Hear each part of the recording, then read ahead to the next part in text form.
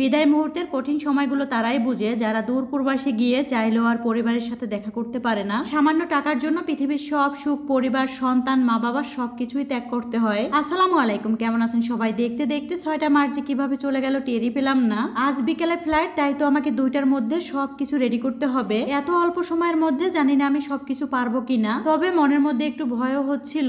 ভোরবেলা ফজরের নামাজ পড়েই আমি রান্নার কাজে চলে আসছি রান্নাঘরে, আর আগে থেকেই মুরগিটা বের করে রাখছিলাম। এতগুলো রান্নার পাশাপাশি আবার ডালের বড়াও বানিয়েছিলাম। আমার হাতের এই ডালের বড়াটা সবাই অনেক বেশি পছন্দ করে। এখানে তো বড় দেখে 3টা গলদা চিংড়ি মাছ নিয়েছি, আর এগুলো স্পেশাল ভাবে রান্না করব।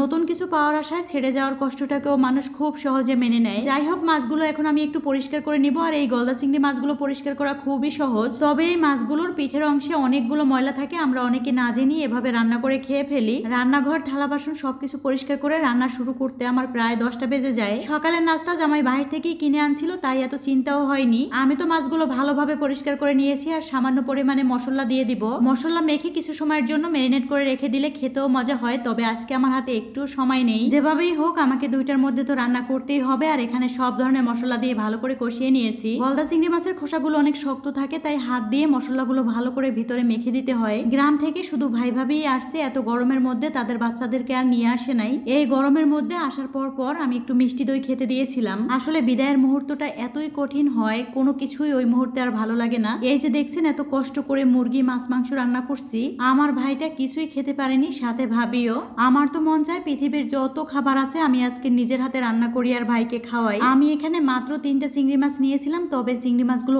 অনেক বড় ছিল। এখানে আমি চিংড়ি মাছ রান্না বসিয়ে দিয়েছি। অন্যদিকে তো জামাই অনেকগুলো শুটকি মাছ নিয়ে আসছে। এর আগে তো কার্টন ভর্তি করে অনেকগুলো শুটকি কিনেছিলাম, তবে এই শুটকিগুলো খুব তাড়াতাড়ি শেষ হয়ে গেছে। তবে আমি সব থেকে বেশি অবাক হয়েছি, এখানে নাকি 1000 টাকার শুটকি। সব কিছুর দাম কমলেও শুটকি মাছের দাম মনে হয় কখনোই কমে না। তবে এত এত কাজের মধ্যে আমার কাছে মনে হয়েছে শুটকি মাছগুলো ভালো করে পরিষ্কার করে এভাবে ছোট ছোট করে কেটে আমি এগুলো একটু সংরক্ষণ করে নিই। দেখবেন এই শুটকি মাছগুলো বেশি সময় বাইরে থাকলে এর গন্ধও কিন্তু এত বেশি থাকে না, আর খেতেও ভালো লাগবে না। মেয়েদেরকে তো সব দিকেই খেয়াল রাখতে হয়, একদিকে রান্না, অন্যদিকে আমি সবকিছু একটু গুছিয়ে নিচ্ছি।